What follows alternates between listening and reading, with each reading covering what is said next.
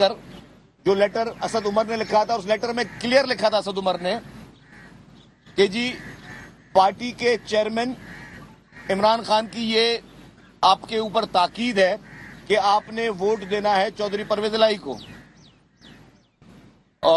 چودھری پرویز الہی کو۔ جب وہ لیٹر لکھ کر اور کورٹ نے اس لیٹر کے بیس پہ ڈسکوالیفائی کیا پی ٹی آئی کے اراکین کو، تو آج وہی کورٹ کا ڈیسیژن جب انفیلڈ ہے تو یہ تو ہو نہیں سکتا کہ اگر عمران خان کے خط کے اوپر آپ ڈسکوالیفائی کر دو پی ٹی آئی کے اراکین کو، اور چودھری شجاعت حسین صاحب جو کہ پاکستان مسلم لیگ کاف کے سربراہ ہیں، اس کے لیٹر کے اوپر آپ چیلنج کر لو کورٹ میں۔ اس ملک میں دو قوانین کب تک چلتے رہیں گے؟ اس ملک میں یہ دورہ معیار کب تک چلتا رہے گا؟ کب تک یہ پریکٹس چلتی رہے گی کہ ایک پارٹی کے لیے ایک قانون اور دوسری پارٹی کے لیے دوسرا قانون؟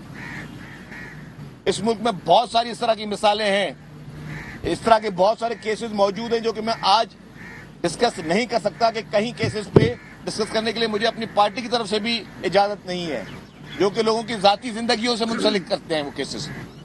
لوگوں کی ذاتی زندگی پہ میں ججمنٹس دکھا سکتا ہوں کہ ایک ہائی کورٹ نے ایک ہمارے رہنما کو ایک چیز پہ ڈسکوالیفائی کر دیا کہ آپ نے یہ چیز جو ہے ڈکلیئر نہیں کی، وہ ان کی ذاتی زندگی تھی، اور وہی کورٹ وہی کیس اس کے نوعیت کا جب وہ کسی اور کورٹ میں جاتا ہے تو یہ جواب دے کے پٹیشن کو ڈسمس کیا جاتا ہے کہ جی یہ عمران خان کی ذاتی زندگی ہے۔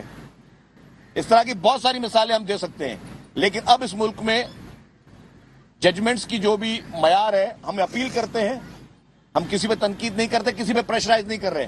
اس پریس کانفرنس کا مقصد کسی کو پریشرائز کرنا نہیں ہے، کسی کے فیصلے پہ اثر انداز ہونا نہیں ہے، لیکن ہماری اپیل ضرور ہے کہ اگر ایک ملک ہے تو ایک قانون چلے گا۔ یہ نہیں ہو سکتا کہ پی ٹی آئی کے لیے اس ملک میں الگ قانون ہو اور باقی دیگر جماعتوں کے لیے الگ قانون ہو۔ یہ نہیں ہو سکتا کہ ایک پارٹی ہمیشہ بلو آئیڈ بوائے ہوں اور دوسری پارٹی کے لیے دوسرے معیار ہوں۔ ہمیں وہ فیصلے بھی یاد ہیں جب پشاور بی آر ٹی کا کیس لگا، اسلام آباد ہائی کورٹ نے ججمنٹ دی، بڑی کلیئر ججمنٹ تھی کہ کے پی کے بی آر ٹی میں نیب اور ایف آئی اے اس کی انکوائری کریں، اس کی انویسٹیگیشن کریں۔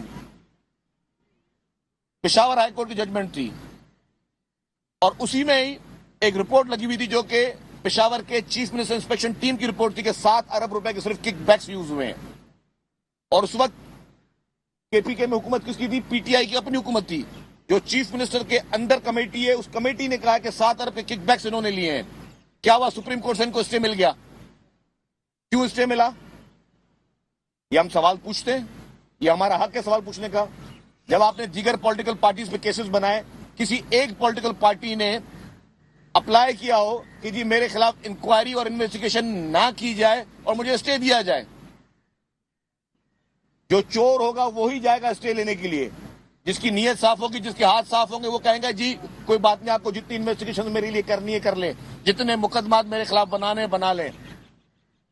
لیکن اس منافق شخص نے، عمران خان نے پی ٹی آئی کے پلیٹ فارم پر، کے پی کے گورنمنٹ کے پلیٹ فارم پر جا کے اسٹے لے کر بیٹھ گئے، اور وہ اسٹے جو ہے اس کی وجہ سے ان کے گردن پہ ابھی تک ہاتھ نہیں پڑ سکے، ان کے گریبان میں ہاتھ نہیں پڑ سکے۔ تو ہم چاہتے ہیں کہ انصاف کا معیار یکساں ہو، اور اس کے لیے ہی پیپلز پارٹی کا یہ پرزور مطالبہ ہے کہ فل کورٹ بینچ بنے اور وہ ان فیصلوں کا، وہ ساری ان چیزوں کو دیکھے اور اس پہ ایسے فیصلے کیے جائیں جو کہ ہر پولیٹیکل پارٹی کے لیے ملک میں ہو۔ ایسا نہیں ہو سکتا کہ ہر بار پی ٹی آئی کو جو ہے وہ فیوریٹزم دیا جائے یا اس کو فیوریٹ قرار دیا جائے۔ مرتضی آپ صاحب، بیرسٹر صاحب بیٹھے، وہ بھی آپ سے قانونی کچھ باتیں کریں گے۔ بسم اللہ الرحمن الرحیم۔ میں نے ہمیشہ یہ کہا ہے کہ پی ٹی آئی کا مطلب ہے پاکستان تحریک انتشار یا پاکستان تحریک اشتعال۔ انہوں نے اپنے ہر قول، اپنے ہر فعل سے یا تو افراتفری مچانے کی کوشش کی ہے، لوگوں کو، اداروں کو ڈرانے دھمکانے کی کوشش کی ہے، اتنی الزام تراشی کی ہے جس کی مثال آپ کو پاکستان کی تاریخ میں نہیں ملتی. یہ وہ لوگ ہیں کہ جب ان کی حکومت کا خاتمہ ہو رہا تھا تو سپریم کورٹ کے بارے میں معیوب سٹیٹمنٹس، قابل مذمت سٹیٹمنٹس معزز جج صاحبان کے بارے میں دے رہے تھے، اور پھر جب کوئی فیصلہ ان کے حق میں آتا ہے تو پھر وہ کہتے ہیں کہ قانون کا بول بالا ہو رہا ہے. میں سمجھتا ہوں یہ نہیں ہو سکتا کہ اگر اسلام آباد ہائی کورٹ یوسف رضا گیلانی صاحب کے کیس میں اس وقت کے پریزائڈنگ آفیسر یا اس وقت کے جو سینٹ چیئرمین کے انتخاب کو آرگنائز کر رہے تھے، کنوین کر رہے تھے، مظفر حسین شاہ صاحب، جب 7 ووٹوں کو مسترد کرتے ہیں اور مسترد کرنے کے بعد پی ٹی آئی کے حمایت یافتہ صادق سنجرانی صاحب کو چیئرمین سینٹ منتخب ہونے میں اپنا کردار ادا کرتے ہیں، تو پی ٹی آئی کہتی ہے کہ اسپیکر کی رولنگ ہے، چیئرمین کی رولنگ ہے، اس کے اوپر کچھ نہیں کیا جا سکتا. یہ اسپیکر کا استحقاق ہے کہ وہ پروسیجر کی تشریح کرتے ہوئے، طریقہ کار کی تشریح کرتے ہوئے اپنی رولنگ دے. اور اسلام آباد ہائی کورٹ ہماری پٹیشن پہ یہی فیصلہ صادر فرماتا ہے.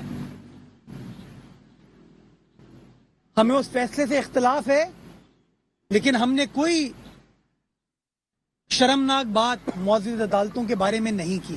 ہم نے اس فیصلے کا احترام کیا اور احترام کرتے ہوئے اپنا اختلاف سپریم کورٹ کے سامنے پیش کیا. اور مجھے بتایا گیا ہے کہ مہینہ 1.5 مہینہ ہو گیا ہے ہماری اپیل کو سپریم کورٹ میں دائر ہوئے ہوئے، لیکن سنوائی یوسف رضا گیلانی صاحب کے کیس میں ابھی تک نہیں ہوئی. یہ نہیں ہو سکتا کہ اگر جب آپ کا ڈپٹی اسپیکر غیر آئینی فیصلے کرتا ہے، غیر قانونی فیصلے کرتا ہے اور پارلیمان کو یرغمال بنانے کی کوشش کرتا ہے، پورا پارلیمانی پروسیس کو ڈیریل کرنے کی کوشش کرتا ہے، تو آپ کہتے ہیں وہ اس کا استحقاق ہے، وہ آئین و قانون کے مطابق ایکٹ کر رہا ہے. لیکن اگر کوئی دوسرا کرتا ہے تو آپ کہتے ہیں نہیں، آئین و قانون کی دھجیاں اڑا دی گئی ہیں. میں سمجھتا ہوں عدالتیں، ادارے، شخصیات ہمیشہ قانون کے ساتھ کھڑے ہوتے ہیں، اور اگر قانون میں، آئین میں الفاظ واضح ہوں تو میں سمجھتا ہوں مزید تشریح کی بھی ضرورت نہیں ہوتی. یہ میں نہیں کہہ رہا ہوں، معزز عدالتوں کے فیصلے کہہ رہے ہیں. صرف پاکستان کی عدالتیں نہیں، دنیا بھر کی عدالتیں کہتی ہیں کہ اگر قانون کے الفاظ، آئین کے الفاظ واضح ہیں تو اس کی تشریح کی گنجائش نہیں ہے. اگر آپ آرٹیکل 63A کا مطالعہ کرتے ہیں تو آرٹیکل 63A میں لفظ استعمال کیا گیا ہے پارٹی ہیڈ. وہاں پر کوئی لفظ پارلیمانی پارٹی کا استعمال نہیں کیا گیا ہے. لفظ استعمال ہوا ہے پارٹی ہیڈ. ڈائریکشن کون دے گا؟ Party head. الیکشن کمیشن کو کون مطلع کرے گا؟ Party head. کہیں پہ پارلیمانی پارٹی کا ذکر نہیں ہے. اور پھر 18ویں ترمیم میں آئین ساز اسمبلی نے جب 63A کو ایڈ کر رہی تھی تو پارٹی ہیڈ کون ہے اس کی تشریح بھی کر دی گئی. اگر آپ 63A پڑھیں تو 63A کے فوراً بعد ایک ایکسپلینیشن کا کلوز ہے، اور وہ ایکسپلینیشن کا کلوز کہتا ہے پارٹی ہیڈ وہ ہے جس کو پارٹی ڈکلیئر کر دیں. پارٹی کہاں رجسٹر ہوتی ہے؟ الیکشن کمیشن آف پاکستان میں رجسٹر ہوتی ہے. الیکشن کمیشن آف پاکستان میں پاکستان مسلم لیگ رجسٹرڈ ہے، اور اگر آپ اس کے کاغذات کا مطالعہ کریں تو چودھری شجاعت حسین صاحب پی ایم ایل کے صدر ہیں، یعنی کہ پارٹی ہیڈ ہیں. تو ان الفاظ کی موجودگی میں، اس ڈکلیریشن کی موجودگی میں یہ کیسے الزام تراشی کی جا سکتی ہے، اور کیسے ڈپٹی سپیکر کے اس فیصلے کو قاسم سوری کے فیصلے کے ساتھ کھڑا کیا جا سکتا ہے؟ قاسم سوری صاحب نے کسی کو سنے بغیر، کوئی ایویڈنس آئے بغیر، ایک کاغذ کے بیسس کے اوپر ایک فیصلہ صادر فرما دیا تھا، جس کے بعد اسمبلی کو تحلیل کر دیا گیا تھا، جس کو معزز عدالت نے اس فیصلے کو کالعدم قرار دیا. اور جب معزز عدالت نے فیصلے کو کالعدم قرار دیا تو یہی پی ٹی آئی والے تھے، یہ اشتعال انگیز لوگ تھے جنہوں نے کس کس طرح کی بری باتیں عدالتوں کے حوالے سے نہیں کی. میں ان کو بتانا چاہوں گا، عدالتیں انڈر پریشر کام نہیں کرتی ہیں، عدالتیں آئین و قانون کے مطابق کام کرتی ہیں. اپنے آپ عمران ڈوس کے ساتھ رات کو اگر احتجاج کر کے دیواریں پھلانگ کے یہ پریشر ایگزرٹ کرنے کی کوشش کر رہے تھے، تو آپ کو پتا ہونا چاہیے معزز عدالتوں نے ماضی میں مارشل لاء کا سامنا کیا. عدالتیں آئین و قانون کے ساتھ کھڑی ہوئی، اور ابھی بھی میں سمجھتا ہوں جو شرجیل میمن صاحب نے بات کی پنجاب کے ایم پی ایس کے حوالے سے، جب ان 20 ایم پی ایس کو ڈی سیٹ کیا گیا تو ڈی سیٹ کرنے کی وجہ کیا بنی؟